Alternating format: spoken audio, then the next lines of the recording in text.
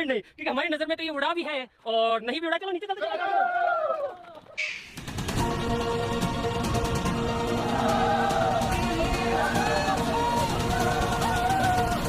चलो।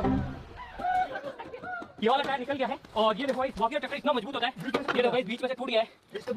गाइस बाकी सामने से कुछ भी नहीं हुआ है, इस कुशन ने अपना पूरा काम दिखाया है। ये